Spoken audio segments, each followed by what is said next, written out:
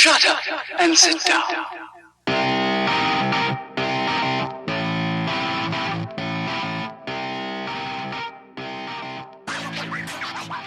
Welcome to True Crime Groove. I'm your host, Maze, and with me today on the podcast is making her triumphant return is the Pineapple Queen. How you doing today, Pineapple Queen?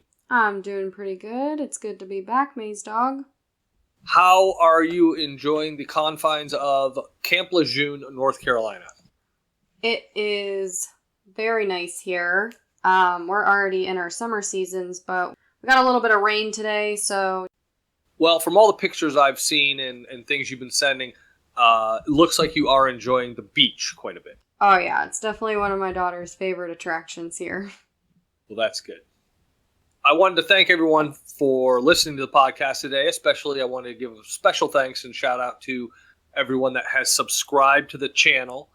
We really appreciate that. A special thanks to everyone who listened to our Jeff Davis 8 series. It's the first time we've tried multiple part podcasts, and Tex did a really good job with that. But it was a lot of work and a lot of time. So with all her other responsibilities, she needed a little break. So we can certainly understand that. So, like I said, thanks again for helping us out on the podcast today. I know you're doing double duty, editing and recording the podcast. So thank you for that. Oh yeah, definitely. I'm glad to be able to give her some time to relax. These cases can definitely take a lot out of you. So emotionally, but also physically when you're just trying to get all of everything in order and telling these people's stories. It's a lot. Right. Yeah. So thanks. So pick today's story. There's a lot of different kinds of serial killers. You have your spree killer, your thrill killer, your sexual sadist, and on and on. But the one that fascinates me the most, I think, is what's known as the family annihilator. This is a type of serial killer, and professor from Birmingham City University, David Wilson, he studied these family annihilators, and he gave this description. Family annihilators were overwhelmingly not known to the criminal justice system or mental health services. For all intents and purposes, these were loving husbands and good fathers, often holding down high-profile jobs and seen publicly as being very, very successful. And that's pretty much what we have with this case today. A father, a seemingly loving father that goes south. And we still to this day don't exactly know why. And that's what kind of fascinates me about these cases. Like, these people just seem so normal, and then they do these horrendous things. This is True Crime Groove. Let's get our groove on and talk some true crime. This is the case of Christopher Watts.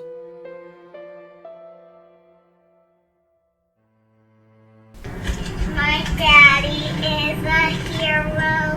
He helped me grow up strong. He helped me snuggle too. He reads me books. He ties my shoes. And you're a hero. Blue and blue. My daddy, I love you. We're going to start this story off with Shanann Ruzak Watts. Her and Chris Watts met each other in 2010 through a Facebook mutual friend. She was on Facebook quite a bit, so... Yeah, she basically lived on Facebook. She was on Facebook more than your aunt. Yeah. She originally accepted Chris's friend request, not thinking anything of it. The way she explains it is that she felt like she was never going to meet the guy. Why not? I'll be friends with him. Okay. You know, they end up being together for about a year. They get engaged, and they get married in November on the 3rd of 2012. Well, and I believe the entire time they were dating, she had just gotten out of a relationship, I believe, like not too long before. And she had also been diagnosed with lupus.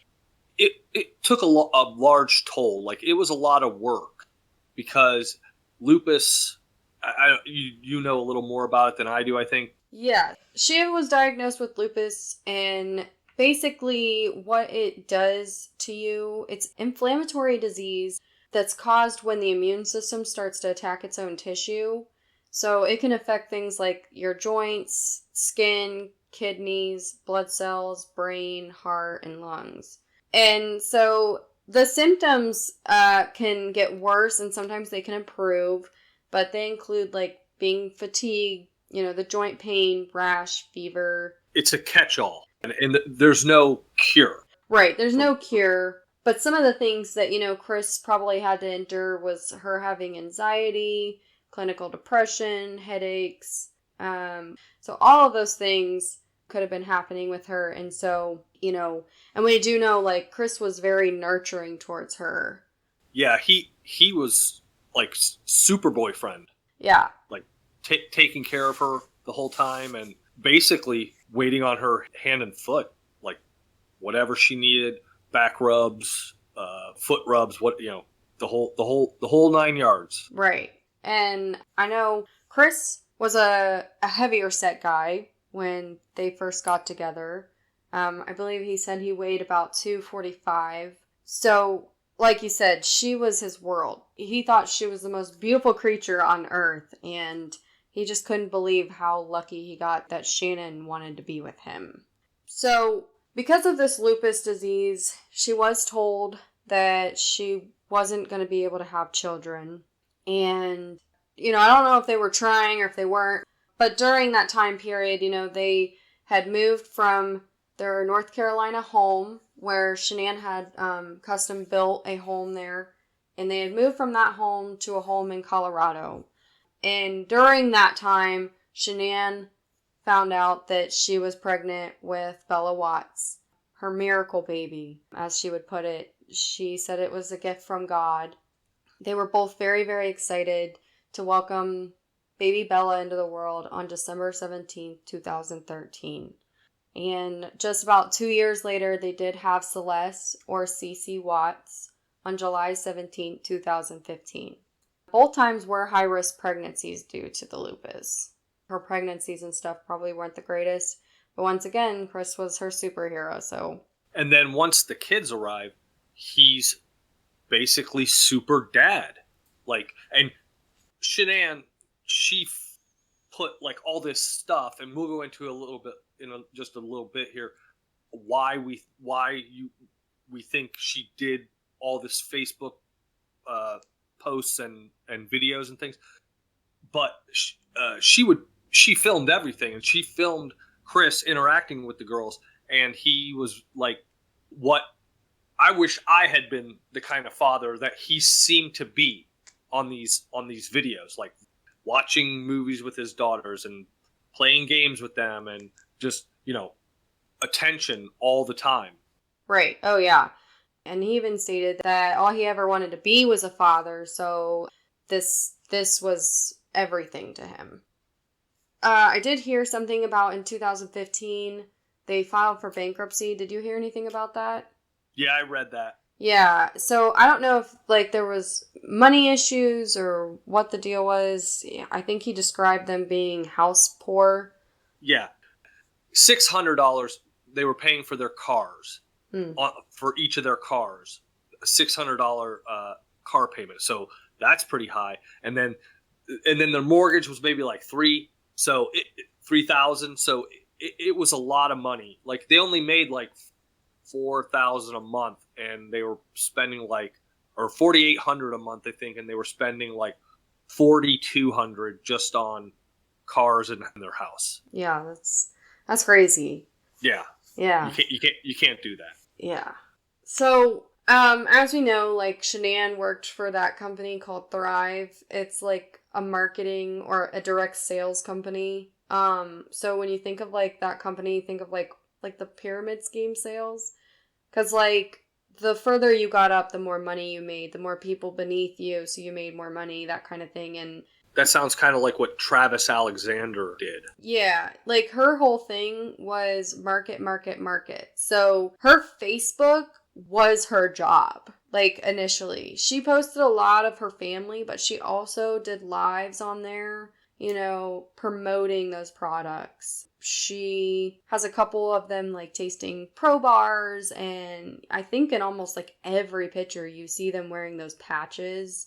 Right. And I don't recall that so much. I do know that I remember she made like a Facebook Live video, like a glowing count of Chris. What an amazing person he was and how lucky she was. He was her husband and stuff like that. Oh yeah, she definitely put that on there. It kind of almost was like, if you wanted to see a perfect family, this was the perfect family. I mean, you looked at the videos and the pictures and everything, and it looked like they had everything together. That's what they were putting out to the world. Right, exactly.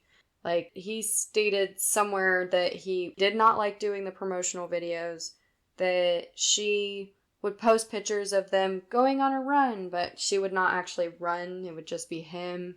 And I don't know if that's true or not. Like I said, this is allegedly from Chris's mouth, but... Well, when you're in the marketing game, you kind of have to play the game. So I tend to believe that, like, because you're trying to sell your product or whatever, and you're trying to present it in a certain way, and that's just the nature of the business, to have it look like you're doing something, but then you're like, I don't feel like going for a run today. But I'm going to throw it out to my people that I'm going for a run today, because that's what they're expecting. That's what they want to see. Right. Exactly. That's just the way it is. Yeah, and so I talk about Chris running. Again, we talked about him being a little overweight. He had the dad bod. He, I guess, weighed around 245. Now, I don't know if Chris was always heavy set. He did play football in high school, so those men are usually a little more bulkier, stockier. And around 2017, somewhere in there, he started to lose a lot of that weight. And he dropped down to about 180 to 185, somewhere in there. Yeah, he got rid of the flab and started to bulked up. He had like a six pack and muscles, and so yeah, I don't know. You said he lost like 60 pounds. Yeah, somewhere in there. Yeah, I don't know. I don't know how the whole thing works when it comes to that kind of stuff, because I'm pretty unhealthy myself. Well, muscle weighs more than fat. So a lot of times when men, especially men, when they lose some weight, they don't necessarily lose the weight. If they're bulking up, if they're adding muscle but losing fat, they tend to offset each other a little bit, because muscle weighs more than fat does. Right. Okay. Well, you can presume that because he was losing all of this weight, he was starting to get a little more attention. At least one woman we do know of that was giving him the time of day, but he was definitely getting a lot more attention because of all the weight loss and getting healthy and all that. And Shanann, she noticed this because she was sending like Facebook messages to like her friends saying, he's not rubbing my feet anymore. He's not giving me a kiss before work. He's not, he doesn't want to have intimate relations with me as much. So she started noticing something. Right. He's starting to become distant. And then Shannon does what I would say is probably one of the worst things you could do, but maybe not. I don't know. Being apart sometimes helps, but she leaves. She decides she's going to go back to North Carolina for 6 weeks. Right. And leave Chris alone with his new body in Colorado by himself. And I don't know. That to me just seems weird. Yeah, I don't think I would leave if I knew that there was a possibility. There was talk, or there possibly could have been talk of them separating in the early months of March and April, somewhere in there. So if that was the case and you were having issues, leaving for 6 weeks is probably not going to help that, like, at all. So she does leave, but before she leaves, she finds out that she's actually pregnant again. Right. She puts it on Facebook per the usual, she films a video, and she's wearing a shirt that says, like, "Oops, we did it again," or something like that. And Chris comes in, and he's smiling, and he's like, "Oh my God, I can't believe it." But I think, looking back at it, I feel like this further puts a wedge between them. Like, I'm not sure he's as happy about this pregnancy as she is. Yeah, there's definitely. I watched so many documentaries and did a lot of research. I even went as far as watching people talk about his body language in that video, and also throughout this whole case. But they recalled him being like tense in the shoulders, and his arms were super close to his body, almost like he was like so in shock. Like recoiling. Yeah, like, oh crap, what did I do? So I don't know. It's definitely interesting to see these and like look back now and be like, yeah, like his body language did not seem like. Yeah, it looks like, to me, it looks like he's faking. He looks kind of fake. And I can't say 100% that he is faking, but it looks a little fake to me. Right. That's just my opinion. Yeah. So back to them going to North Carolina. Chris is left in Colorado with no responsibilities, no wife, no kids. He has all the freedom, his new bod. Yeah, his new bod could ask for. So and it shows, because once there, she starts sending him text messages saying, like, "You haven't called us in 3 days. You haven't talked to your kids in a week. You haven't done this. You haven't done that." And he's like, "Oh, I'm really sorry. Yeah, I'll call him tonight," and blah, blah, blah, and this kind of thing. But so you can see it in real time, kind of like how the relationship is just deteriorating. Yeah, and even when she does mention, like, you haven't talked to your kids, she even, like, almost guilt trips him. Like, you think you'd miss us, but I guess not. Like, she's trying to show him, like, you're not here for us. Like, what's... Well, and she was used to being in charge. She wore the pants in the family. She ran the show. So for her to kind of start losing the control a little bit, I bet was a little shocking for her. Yeah, for sure. So during the time that they're gone, we do know that Chris had started talking to a woman named Nicole Kessinger. They were emailing through work, but eventually exchanged numbers and started talking. Now, he's spending a lot of time with his new girlfriend since the fam is not in town, and I know they went to a couple different places together. I think they went to like a car show, and they went to the sand dunes, and they just spent all that time, that whole month, basically, a month and a half that Shanann was gone together. And I think he had also explained to Nicole that, like, they were going through a separation, and she knew that he had 2 kids, and... Yeah, he told her they were getting ready to get a divorce. Right. And so she knew that Chris was planning on leaving to North Carolina the last week that they were going to spend there. And you know what's really weird about this? Or at least I found it weird. Nicole Kessinger looks a lot like Shanann. Like, yeah, like they really look a lot alike, which is just weird to me. I think you're right on that one. I think they did look a lot alike. So he definitely has a type. So before Chris comes down, there was an altercation between Shanann and Chris's parents, Rodney and Sydney. She claims that it was over some ice cream. Either, I don't know. This is what confuses me about it. Was like, was the ice cream in the fridge and she was planning on giving it to Cece? Or was the ice cream, was she going to, or was she actually serving it to Cece? Because they had nut allergies. I don't know. Myself too, I was not able to understand exactly what the blow up was about.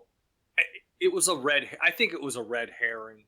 Yeah, I don't know. It just seemed so strange, but it's kind of concerning because there was some talk that maybe it wasn't even about ice cream at all. Like, it could have been...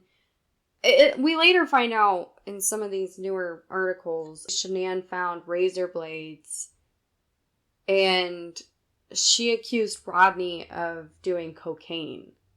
I think it's Ronnie. Ronnie, okay. Not Rodney. Yeah, Ronnie. But yeah, I don't know. Again, these are all speculations. These are things that we'll never know because we'll never get to talk to Shanann about what actually happened. But, yeah.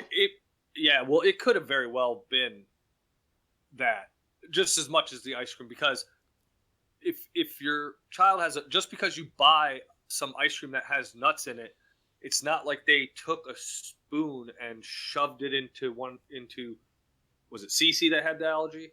Yeah. Yeah, into Cece's mouth and said, "Here, eat this. You need to eat this."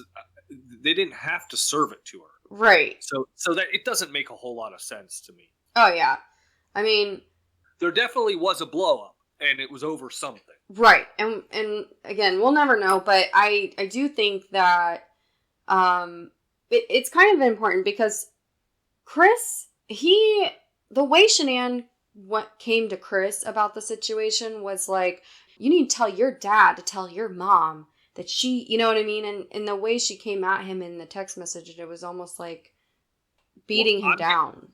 Well, I'm guessing that's how she was. Right. Because she was the controller. She was the one that laid down the law. And so that's one of those things where it's she felt the power slipping away, so she's trying to reassert her dominance. Right, exactly. And it's not working. Mm-hmm. Yeah, and so Chris says, yeah, I'll make sure it's known, that's our kids, blah, blah, blah. But the other thing I thought was quite interesting that I found out was that Chris's parents nor the sister showed up to their wedding because of something else that had happened between them. So there was always bad blood between them. And because of this altercation, she did not talk to his family the rest of their visit. And I think that happened 2 weeks in their vacation. Oh, okay. Yeah, so it was the last 4 weeks they were there, they did not once talk again. Nobody called each other. They even had a birthday party for Cece, and they didn't try and show up. They didn't try and resolve it so they could show up. So I don't know. But so anyways, Chris eventually he goes out there. Yeah, so on the 31st, Chris flies out there and he greets the girls and Shanann in the airport. There's a Facebook Live of that as well. The girls come rushing, as soon as he gets off the plane initially. But things don't go so well as far as him and her. Right, so, I think he maybe gave her, a quick peck on the cheek, and she even told her friend, he hasn't barely touched me. You start to realize, too, the whole time he's there, he's not touchy-feely. She mentions he's more concerned on doing the push-up challenge than, trying to have sex with me, and all these things, so... Yeah, She's Facebooking this stuff to I'm guessing to Nicole, not Nicole, the new girlfriend, her friend Nicole, saying he hasn't even tried to touch me. He's not interested in kissing me. He's not interested in making love to me. He's, I'm doing all these suggestive things and he's not responding to any of them. Yeah, she's just not getting the emotion that she would expect to get from a husband that she hasn't seen in 6 weeks. You would think you haven't seen your spouse in 6 weeks. Yeah. So they fly back from North Carolina back to Colorado. And they both take showers. They're both separate showers. So she's texting her friend. She's like, I'm going to get some tonight. And so her friend's like, woohoo, go, But then It doesn't go as planned. She tries to get him in the mood, and he turns her down. So we know all this because they're texting back and forth. She texts her friend again and says, he turned me down, and I've been crying for the last hour, and I don't know what to do. I'm going to go confront him. And she says, okay, good luck. So she confronts him and says, who is she? Who have you been sleeping with? And, of course he denies the whole thing. On August 8th, Nicole tells another friend, who is the friend that actually reaches out to her, that she canceled the gender reveal party. So this friend is asking her, why did you cancel? And she's explaining that since we've been back from North Carolina, Chris hasn't been the same. He told me that we weren't compatible anymore, and that having another baby he thought would help fix his feelings towards her, but it just didn't. And he doesn't want to do marriage counseling because there's no reason to tell a stranger the same story that I just told you. So he apparently, before she left on August 8th, this is when this happened, told her this. He's still denying that there's an affair. Correct, yeah. So then she does leave on the 10th. I believe it was a Friday to Sunday trip. Her plan was to land on that Friday in Arizona at like 7:20. So then while she's gone, she's looking at their money and the bank records, and she sees a $70 charge at a restaurant, or it could have been like a restaurant bar type of place, but anyway. I believe the place was called the Lazy Dog. Okay. Yeah.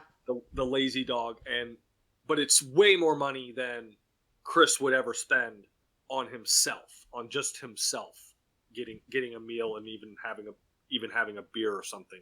By the time she gets ready to come back home, she's ready to confront him. Right.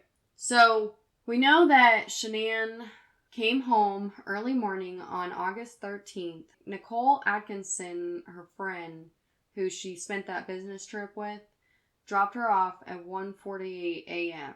Shanann walks into the home, which we catch her on the Vivint doorbell, walking up to her front porch, getting into the home. The doorbell camera. Right.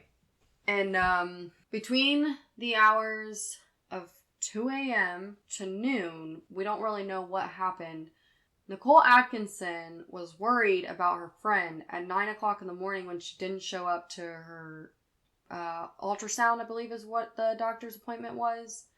Well, I think her major concern was not only had she not shown up for the doctor's appointment, she had not posted anything on Facebook, and that was highly unusual. Yeah, and she also wasn't answering her phone because she offered to take her to her doctor's appointment. And when she didn't get any response back, she definitely started to get worried.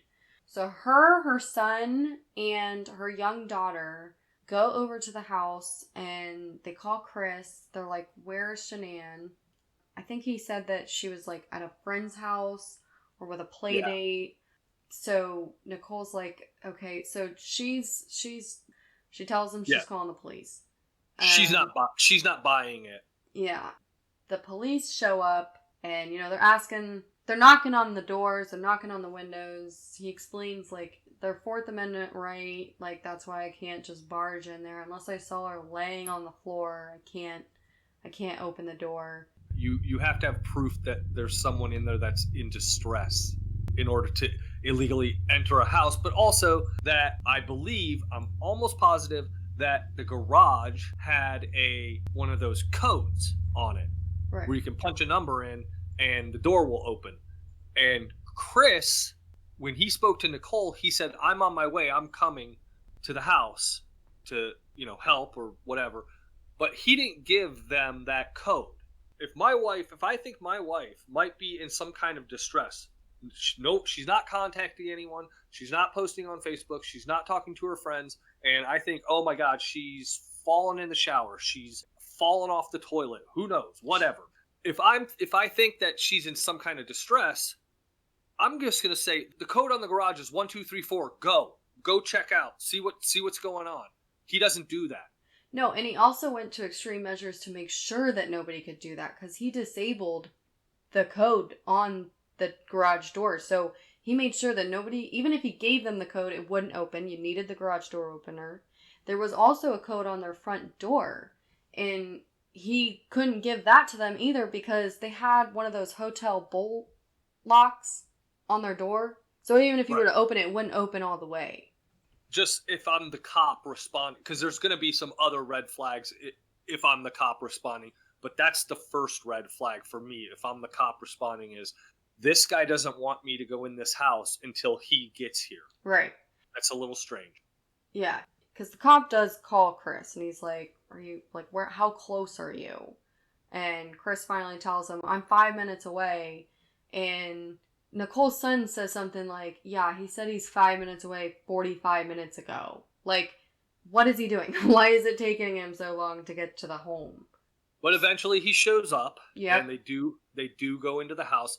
And the Netflix documentary does a really good job with this because they show it from the perspective of the officer's body camera. Right. Yeah, it kind of shows, so it takes Chris like 1 minute and 30 seconds to finally let everybody into the house. And when they enter the home, they find that Shanann's purse, her keys, her shoes, her medication, and even her phone is still in the home. And Chris is like kind of, he's answering questions for the cops, but he's also like canvassing each bedroom just to check and see if there's any evidence left over, but I don't know. So he mentions that like the kids' blankets are gone. I was just gonna mention as I was watching the documentary, it's really fast. It happens really fast, especially on the Netflix one. I watched another show on ID channel, I think it was, and that it shows where the officer actually goes into their bedroom. But on the body cam on the Netflix one, he's going down the hall, the cop, and he just kind of peeks into the master bedroom, and then he just keeps walking because at this point he doesn't have a search warrant, so he's not allowed to. There's certain things he is allowed to do and certain things he's not allowed to do. But like I said, red flag number 2 for me, when he peeks into that bedroom, it's really quick, but there's no bedding on the bed. All the sheets and blankets and the pillows and the pillowcases are gone. It's just a mattress. That's it. That's really odd. Yeah. That's strange, especially if we're talking about a missing person. Why isn't your bed made at all? Even if it was just blankets and sheets messed up on the bed, your bedding should be there. It shouldn't be completely gone. Right. Yeah. Well, at some point he finds her ring. Oh yeah, he comes out with like it on the tip of his finger. He's like, "Oh, I found this." And Nicole's just like in disbelief. She's like, "There's no way that she would just leave her ring." Yes, they were having issues, but she wasn't about to walk out and leave the marriage. Well, it's at some point they're trying to get in the house and they look across the balcony and the neighbor is standing on his balcony, and the cop asks him, "Hey, have you seen your neighbor today?" And he's like, "No." And somehow or another they get to the subject of, well, I haven't seen her, but I have a camera that kind of shows some of their house. You're more than welcome to take a look at it. Yeah.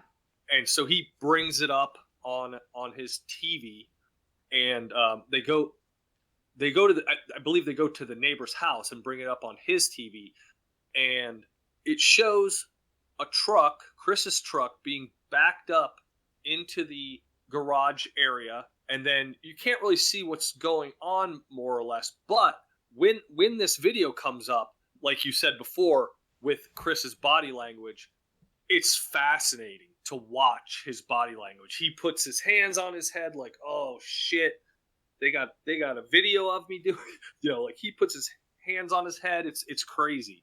Yeah, I was going to mention, like, put yourself in his shoes for 2 seconds and think about this. He knows what he's doing. The cops and everyone else around aren't really sure what they're looking at.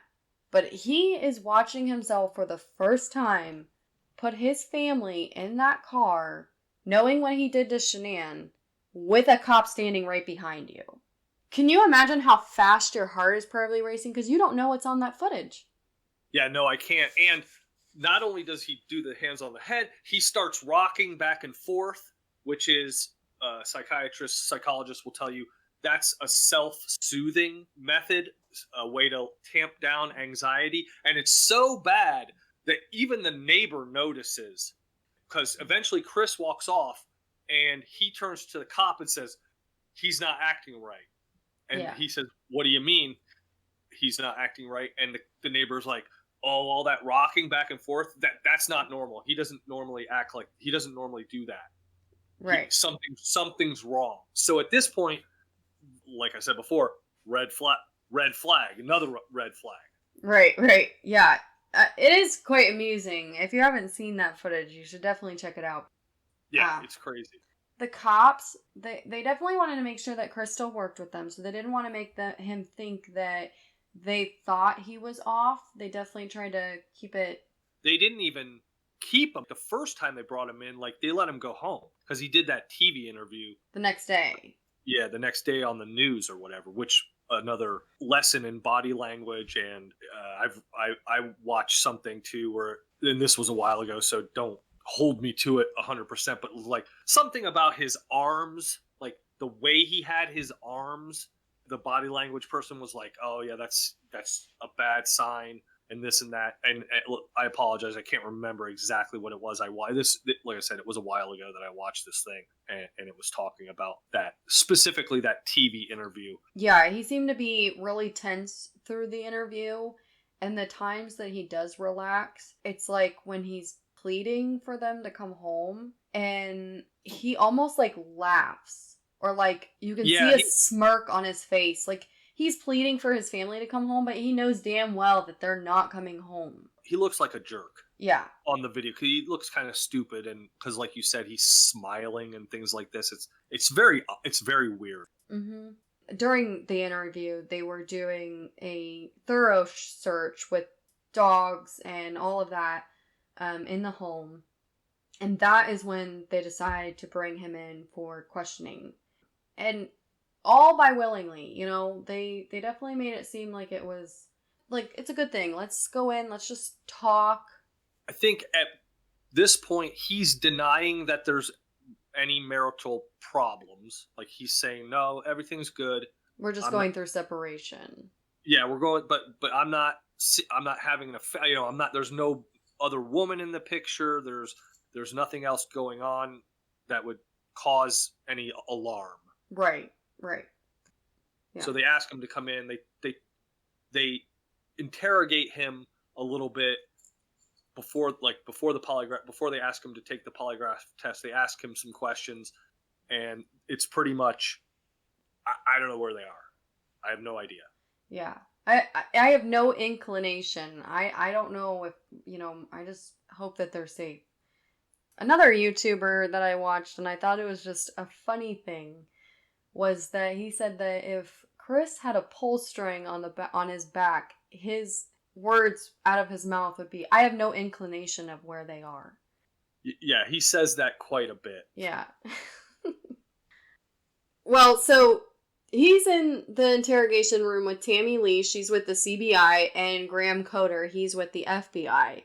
So that's the Colorado Bureau of Investigation and the FBI. Yes. Okay. And they are, like you said, they were interrogating him, but then Tammy says, would you like to do a polygraph? Well, and he takes the polygraph test fine, but I don't even know if he failed it or passed it. They told him he failed it, but that was going to be the strategy regardless of if he passed it or not, because they had already, by his body language, by his interviews, by his all the things they had looked at and watched, he's acting so weird that that's just going to be another little bit of pressure put on him. Mm-hmm. Oh, yeah, you bombed it, dude. You didn't even come close to passing this polygraph test. Would you tell us what happened now, please? Yeah. That was going to be, I'm convinced that was going to be the strategy regardless of how that polygraph test came out. Yeah, I mean, I could definitely see that. Tammy definitely, made it known to him that, like, the really cool thing about this test is, like, one person knows the truth, but afterwards, two people will know. And, like, she even told him, like, during the practice test, he's like, you're a really bad liar. Which is a good thing, because that'll make this test go way easier. Like, we'll Yeah. know. Yeah, she set it up like that. Oh, She yeah. set it up that way. Yeah. So he takes it, he fails, and Graham Coder and Tammy Lee come back in. And, they're trying to get him to talk. I didn't fail that. I didn't lie to you. I didn't lie to you. And Graham is he's done. He's like, no. Take a deep breath. Tell us what happened. So, Tammy Lee and Graham Coder were both really good at their jobs. They were able to keep Chris talking without lawyering up, and they kind of flipped the script a little bit. They were trying to kind of side with Chris, saying Shanann could be maybe controlling and, made you feel belittled. And they kind of placed the idea of maybe Shanann did something to the girls, which resulted in you doing something to Shanann.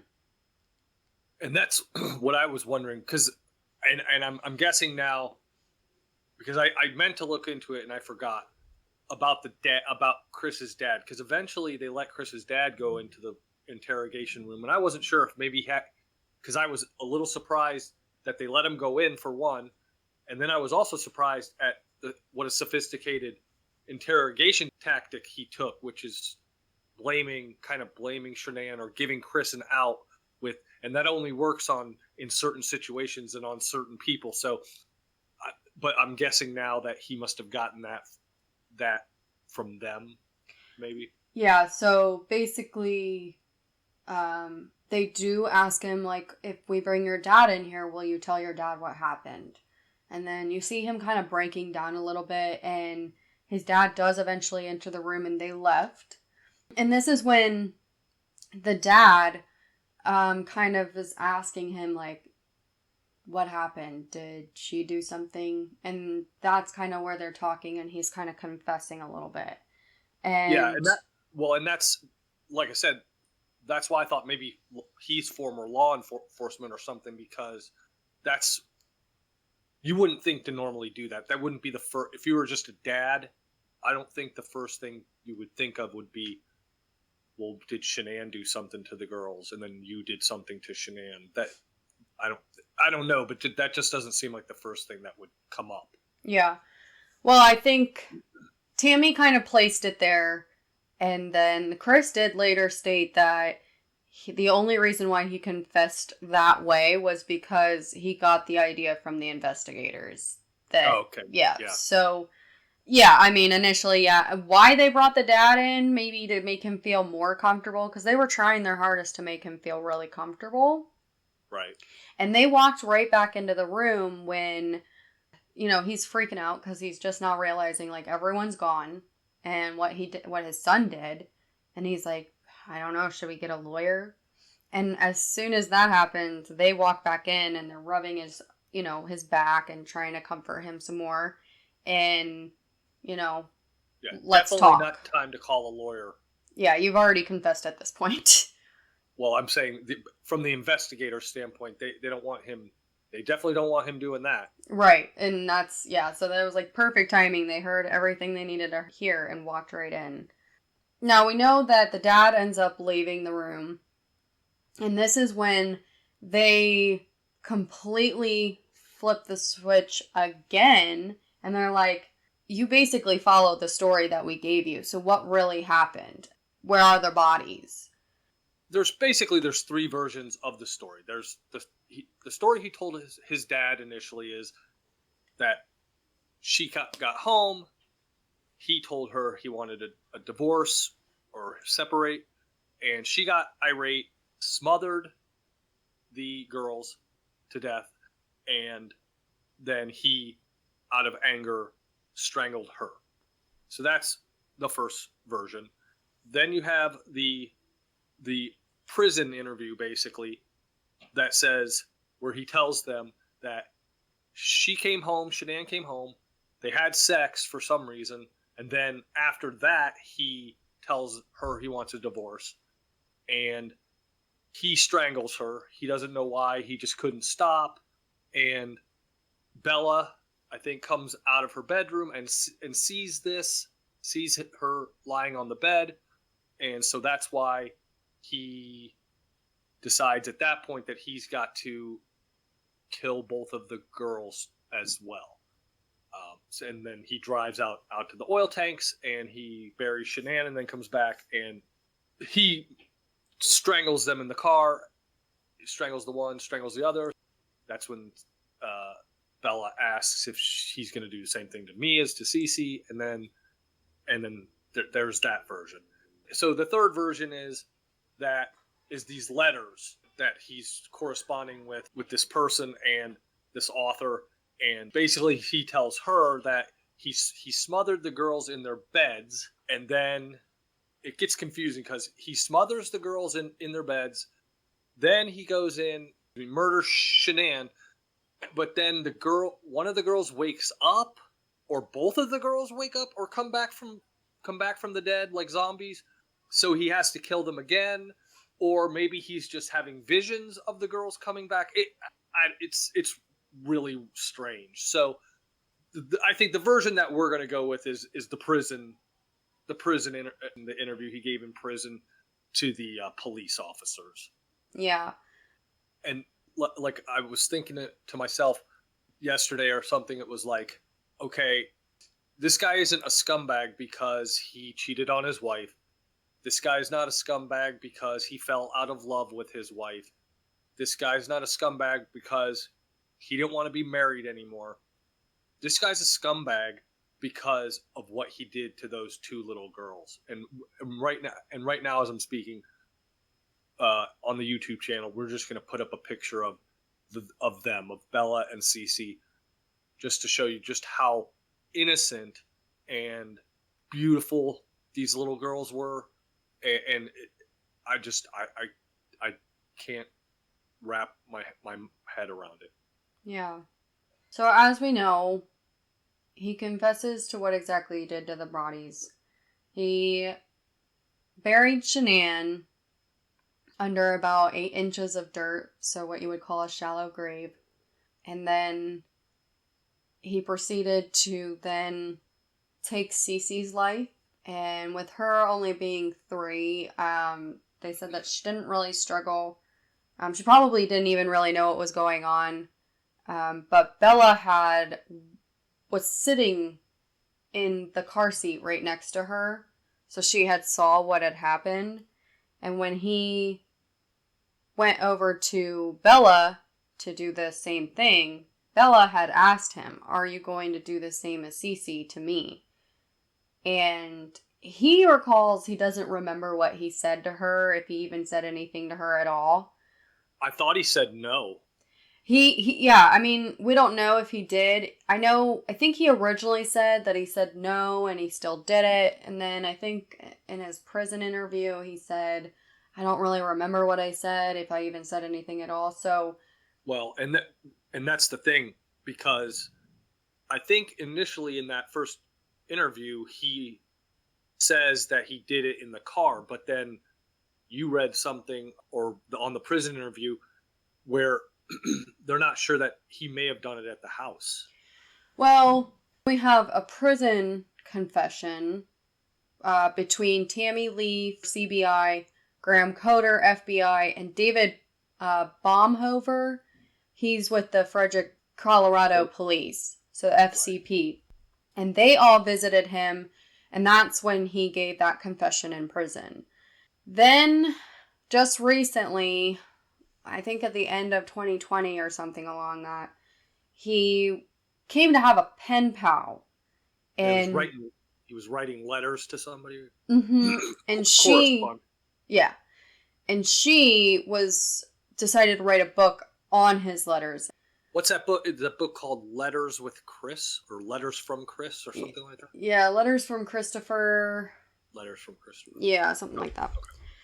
Authorities aren't actually, even bothering with that book or that confession. They feel like the confession that they received in prison the first time around, when those 3 officers went in and talked, that's kind of what they're acknowledging. I will say that I think him and his pen pal probably were making a little bit of moolah on this book, and he's probably getting a cut, and that's the only reason why he even decided to do this. So yeah, I think that's illegal, but there's ways around it.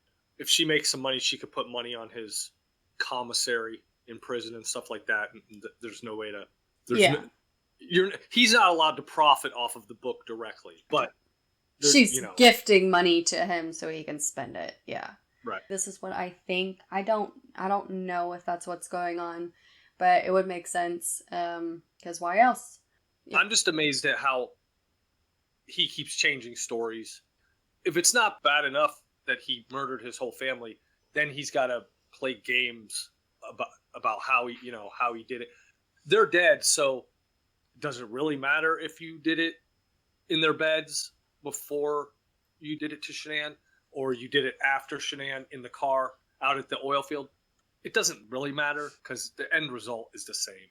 So just tell us what you did and just stick to it. Yeah, exactly. I mean, and like you said too, like it doesn't matter how or why, nothing will justify what he did. So telling us all these different versions that may or may not be true, it's like, it doesn't really matter. The point is you stole the lives of your wife, your pregnant wife, and your 2 daughters. And nothing will justify that. A little bit about what the medical examiner, coroner's office discovered where they found these bodies. I know we mentioned that Shanann was in a shallow grave. What he did to his family was already horrible enough. And the 2 girls, they were both in 2 separate, they're called batteries. They hold petroleum, crude oil, and this was the CERVI 319 location where he was supposed to work that morning. Like I was saying, Bella, she struggled. Well, and he had to... I think it needs to be known that these petroleum tanks, the opening to these things was not big. Like, you could not just stick a body into this tank. There was some manipulation of the body that would needed to take place for you to get them in there, which is sick. But not only that, how they got him out. I don't think we ever came across to how exactly they got them out of these tanks, but it must have been a chore. Yeah, I do know that they were able to, there's a piece of metal on the side of it. I don't know if they cut the piece of metal or if there is an actual opening, but they opened that, and that's when they basically were sucking the oil out to get their bodies. And that hole itself wasn't very big either. I think the hole that he put them in was about 8 diameter. 8 what? 8 inches? Like, it's a circle. Circumference. Yeah, thank you. So, but the opening that they pulled them out of, I know they said that they pulled Celeste out first, or Cece. And when they did that, because it had been 2 days, and Colorado's warm, so they went to grab her arm, and like from her wrist down to her hand, it was skin slippage. So I'm assuming some of her hand was coming off. Well, I think that stuff that he put them in, I read it's corrosive. Yeah, it's not good for the body. You can do a lot of damage for sure. If you think about the Gulf spill and all those birds that were covered in that oil, if you want to, it's pretty graphic. Then they pulled Bella out, and same deal. They even said that her back kind of stuck to the plywood. And yeah, I mean, it wasn't an easy process trying to get them out. I hope you're not eating, folks. Yeah.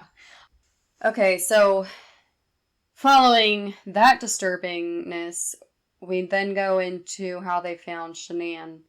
And I've never heard of this. I didn't even know this was a thing, but apparently there's a thing called coffin birth.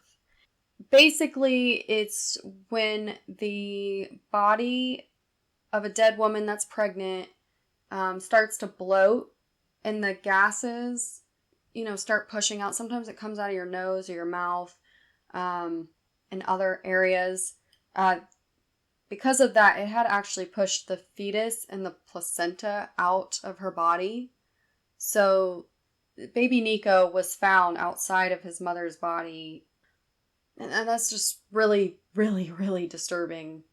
So Chris gets arrested that night, August 15th, 2018. And Nicole comes in just to give her, information that she has to police on August 16th, so the very next day. And something I thought was strange was that she had mentioned that she was afraid to come forward at the beginning when she saw it in the media because she thought she was going to get arrested. Oh, she thought she was going to get arrested for what? Yeah, that's what I was saying. Did you think you were going to get arrested because you were sleeping with a guy who murdered his family, or did you have something to do with it? I don't, know what I mean? And there's no reason for us to believe that she did. That the police have never said she had anything to do with it. But that is a weird statement to make, right? Yeah, and because Chris did plead guilty to all these charges, investigators didn't go any further into her or anything that she had to really give. Yeah, the only thing they could do is probably check text messages or stuff like that, I guess. She did offer up a 7-page, day by day of what her and Chris did, and text messages and conversations, which, to be honest with you, I could only get through half of it because even the police officer that was originally dealing with her had to hand her off to another police officer because she just kept spewing out more and more information. So, well, she's a bit of an odd duck herself. Yeah. So, he pled guilty. He received 5 life sentences for the murders and slaying of Bella and Celeste Watts and his wife, Shanann Watts. Plus another 48 years for the unlawful termination of the pregnancy for baby Nico, and an additional 36 years for tampering with the bodies of his wife and 2 kids. And you were saying before that while he's in court, all the family members got to address him. We were talking earlier before we started the podcast, and I noticed that he wouldn't look at them. He had his head down the whole time because he's a coward.